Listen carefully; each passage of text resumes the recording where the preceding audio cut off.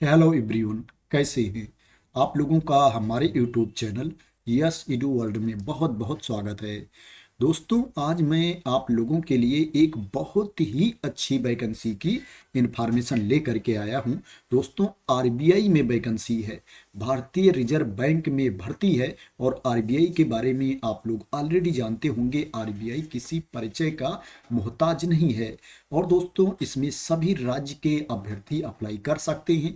इसमें आपको पोस्टिंग को लेकर के भी कोई इशू नहीं होने वाला है, एग्जाम को लेकर के भी कोई प्रॉब्लम नहीं होने वाली है। आप अपने राज्य में ही परीक्षा दे सकते हैं और आपको अपने राज्य में ही नौकरी मिल सकती है।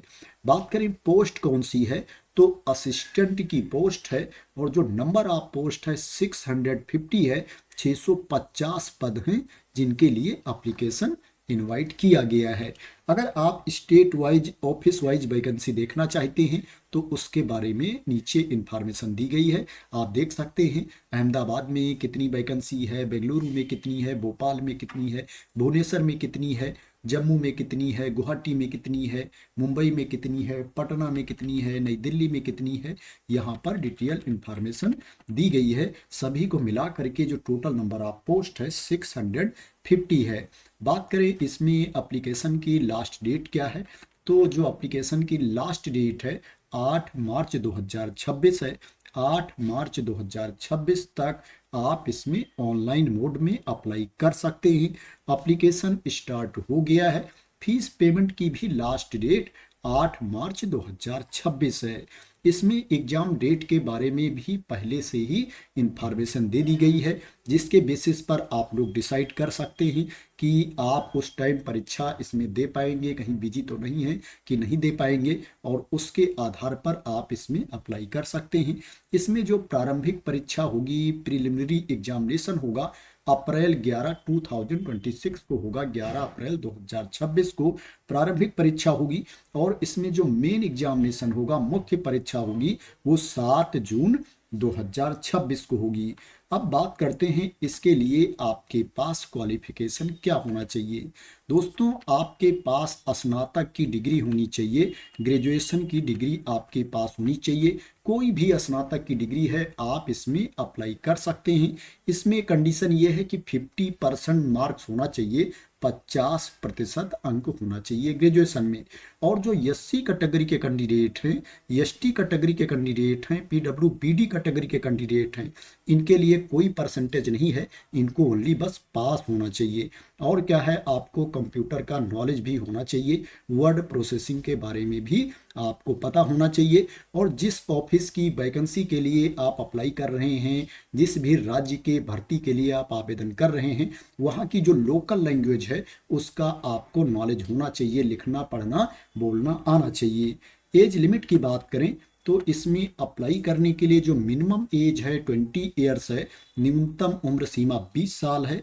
और जो मैक्सिमम एज लिमिट है, अधिकतम उम्र सीमा है, वो 28 ईयर्स है। 28 वर्ष तक के कैंडिडेट इसमें अप्लाई कर सकते हैं, जिनको एज लिमिट में छूट नहीं मिलती है। जिनको एज लिमिट में छूट मिलती है उनको रूल के अकॉर्डिंग छूट भी दी जाएगी। इसमें जो एज की गणना की जाएगी, 1 फरवरी 2026 को एज की गणना की जाएगी। मैं बता देता हूं किसको कितनी छूट मिलेगी अधिकतम उम्र सीमा में।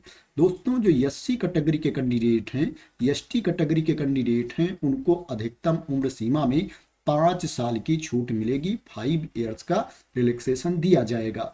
और जो ओबीसी कैटेगरी के कैंडिडेट हैं, उनको अधिकतम उम्र सीमा में 3 साल की छूट मिलेगी, 3 ईयर्स का रिलैक्सेशन दिया जाएगा।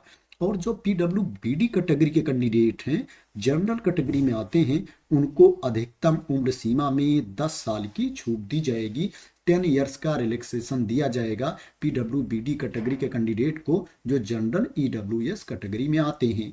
और जो पीडब्ल्यूबीडी ओबीसी कैटेगरी के कैंडिडेट हैं, उनको अधिकतम उम्र सीमा में 13 साल की छूट दी जाएगी। पीडब्ल्यूबीडी एससी एसटी कैटेगरी के कैंडिडेट को अधिकतम उम्र सीमा में 15 साल की छूट दी जाएगी। और जो एक्स सर्विसमैन हैं, भूतपूर्व सैनिक हैं, उनको सर्विस ईयर्स प्लस 3 ईयर्स की छूट दी जाएगी अधिकतम उम्र सीमा में। तो ये एज में रिलैक्सेशन के बारे में इंफॉर्मेशन थी। अब बात करते हैं इसमें आपका सिलेक्शन कैसे होगा, सिलेक्शन का प्रोसेस क्या है। दोस्तों इसमें प्रिलिमिनरी एग्जामिनेशन होगा, प्रारंभिक परीक्षा होगी, और मेन एग्जामिनेशन होगा, मुख्य परीक्षा होगी, और लैंग्वेज प्रोफिशिएंसी टेस्ट होगा। इसमें जो लैंग्वेज प्रोफिशिएंसी टेस्ट है इसको ओनली आपको पास करना पड़ेगा, इसका अंक मेरिट में नहीं जोड़ा जाएगा, लेकिन लैंग्वेज प्रोफिशिएंसी टेस्ट पास करना अनिवार्य है। अब बात करते हैं इसमें जो प्रारंभिक परीक्षा होगी, प्रिलिमिनरी एग्जामिनेशन होगा, उसमें कहाँ कहाँ से प्रश्न पूछे जाएंगे। दोस्तों इसमें इंग्लिश लैंग्वेज से 30 क्वेश्चंस पूछे जाएंगे, न्यूमेरिकल एबिलिटी से 35 क्वेश्चंस पूछे जाएंगे, और रीजनिंग एबिलिटी से 35 क्वेश्चंस पूछे जाएंगे। प्रारंभिक परीक्षा में टोटल 100 क्वेश्चंस पूछे जाएंगे, 100 प्रश्न पूछे जाएंगे, और ये प्रश्न मल्टीपल चॉइस का होगा, बहुविकल्पीय प्रश्न होगा। इसके लिए जो अंक निर्धारित है, 100 मार्क्स निर्धारित है, 100 अंक की ये परीक्षा होगी। एक प्रश्न 1 अंक का होगा। इसमें जो आपको टाइम दिया जाएगा, 1 घंटे का टाइम दिया जाएगा। प्रत्येक सेक्शन के लिए आपको 20 मिनट्स का टाइम दिया जाएगा, 20 मिनट का टाइम दिया जाएगा। जो कैंडिडेट प्रारंभिक परीक्षा में पास हो जाएंगे उनको शॉर्टलिस्ट करके मेन एग्जाम के लिए इनवाइट किया जाएगा, मुख्य परीक्षा में भाग लेने का मौका दिया जाएगा। अब बात करते हैं मेन एग्जाम की, मुख्य परीक्षा की। इसमें टोटल 200 क्वेश्चंस पूछे जाएंगे, 200 प्रश्न पूछे जाएंगे, और इसके लिए जो अंक निर्धारित है, 200 मार्क्स निर्धारित है, 200 अंकों की ये परीक्षा होगी। एक प्रश्न 1 अंक का होगा। इसमें जो आपको टाइम दिया जाएगा, कुल टाइम 135 मिनट्स का होगा, 135 मिनट का टाइम दिया जाएगा। इसमें रीजनिंग से 40 क्वेश्चंस पूछे जाएंगे, 40 प्रश्न पूछे जाएंगे, और इंग्लिश लैंग्वेज से 40 क्वेश्चंस पूछे जाएंगे, न्यूमेरिकल एबिलिटी से 40 क्वेश्चंस पूछे जाएंगे, जनरल अवेयरनेस से 40 क्वेश्चंस पूछे जाएंगे, और कंप्यूटर नॉलेज से 40 क्वेश्चंस पूछे जाएंगे। इसमें रीजनिंग वाले सेक्शन के लिए, इंग्लिश लैंग्वेज वाले सेक्शन के लिए, न्यूमेरिकल एबिलिटी वाले सेक्शन के लिए आपको 30-30 मिनट का टाइम दिया जाएगा। जर्नल अवेयरनेस वाले सेक्शन के लिए आपको 25 मिनट्स का टाइम दिया जाएगा, और कंप्यूटर नॉलेज वाले सेक्शन के लिए आपको 20 मिनट का टाइम दिया जाएगा। जो प्रश्न पूछा जाएगा वो मल्टीपल चॉइस का होगा, बहुविकल्पीय प्रश्न पूछा जाएगा मेन एग्जाम में, मुख्य परीक्षा में। इसमें नेगेटिव मार्किंग भी होगी। अगर आप किसी प्रश्न का गलत उत्तर देते हो तो एक गलत उत्तर के लिए 1/4 मार्क्स आपका काट लिया जाएगा, 1/4 अंक आपका काटा जाएगा गलत उत्तर के लिए। प्रारंभिक परीक्षा में भी नेगेटिव मार्किंग होगी, और मुख्य परीक्षा में भी जो ऑब्जेक्टिव टेस्ट होगा उसमें नेगेटिव मार्किंग होगी। जो कैंडिडेट मेन एग्जाम क्वालिफाई कर ले जाएंगे, मुख्य परीक्षा पास कर ले जाएंगे, उनका लैंग्वेज प्रोफिशिएंसी टेस्ट होगा। जिस राज्य की भर्ती के लिए आप आवेदन कर रहे हैं, जिस रिक्रूटमेंट ऑफिस के लिए आप अप्लाई कर रहे हैं, वहाँ की जो लोकल लैंग्वेज है उसका टेस्ट लिया जाएगा, और ये टेस्ट क्वालिफाई करना अनिवार्य है। जो कैंडिडेट ये टेस्ट क्वालिफाई नहीं कर पाएंगे उनको क्या है, सफल नहीं माना जाएगा, और उनको नियुक्ति नहीं दी जाएगी। तो ये सिलेक्शन प्रोसेस के बारे में इंफॉर्मेशन थी। अब बात करते हैं इसमें आपको सैलरी कितनी मिलेगी, वेतन कितना मिलेगा। दोस्तों इसमें जो आपको सैलरी मिलेगी उसका स्टार्टिंग बेसिक पे है 29,000, 29,000 रुपये स्टार्टिंग बेसिक पे है। इसमें अदर अलाउंसेस भी जुड़ेंगे, अदर भत्ते भी जुड़ेंगे, तो आपकी सैलरी इसमें काफ़ी ज़्यादा हो जाएगी। लगभग सैलरी की बात करें तो 58,514 रुपये के आसपास आपको इसमें सैलरी मिलेगी। 58,514 रुपीज के आसपास आपको इसमें सैलरी मिलेगी। इसमें बैंक के द्वारा जो अकोमोडेशन दिया जाएगा, अगर आप उसको नहीं लेते हैं, उसमें आप नहीं रहते हैं, तो इसमें आपको हाउस रेंट अलाउंसेज भी दिया जाएगा। 15% ऑफ पे, 15% EHRA भी इसमें आपको दिया जाएगा। तो इसमें आपको सैलरी अच्छी मिलने वाली है। अब बात करते हैं इसमें आपको फीस कितनी पे करनी है। दोस्तों इसमें 450 रुपीज फीस है उनके लिए जिनको फीस में छूट नहीं मिलती है। जो जनरल कैटेगरी के कैंडिडेट हैं, ओबीसी कैटेगरी के कैंडिडेट हैं, EWS कैटेगरी के कैंडिडेट हैं, उनको 450 रुपीज प्लस 18% 18% GST पे करना है। और जो एससी कैटेगरी के कैंडिडेट है, एसटी कैटेगरी के कैंडिडेट हैं, पीडब्ल्यूबीडी कैटेगरी के कैंडिडेट हैं, एक्स सर्विसमैन हैं, भूतपूर्व सैनिक हैं, उनको ओनली 50 रुपीज प्लस जीएसटी पे करना है। 50 रुपये प्लस 18% जीएसटी पे करना है। जो बैंक के स्टाफ हैं उनको कोई फीस नहीं पे करनी है, वो इसमें निःशुल्क आवेदन कर सकते हैं। और ये जो फीस आपको पे करनी है ऑनलाइन मोड में पे करनी है। अब बात करते हैं इसमें आपको अप्लाई कैसे करना है, कहाँ पर जा करके आपको आवेदन करना है। दोस्तों ये लिंक है, इस लिंक को मैं अपने टेलीग्राम चैनल पर डाल दूंगा, वहां से आप लोग इस लिंक को कॉपी कर सकते हैं। जब इस लिंक को आप लोग ओपन कर लेंगे तो ऊपर देखेंगे यहाँ पर लिखा हुआ है click here for new registration. इसके ऊपर आपको क्लिक करना है।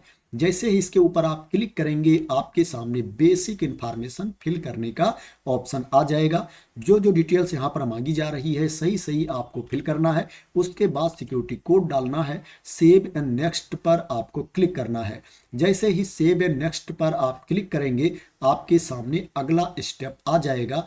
जो जो स्टेप यहाँ पर आएगा आपको सावधानी पूर्वक फिल करना है और ऑनलाइन मोड में पेमेंट कर देनी है और आपको अपना एप्लीकेशन कंप्लीट कर लेना है, अपना रजिस्ट्रेशन कंप्लीट कर लेना है।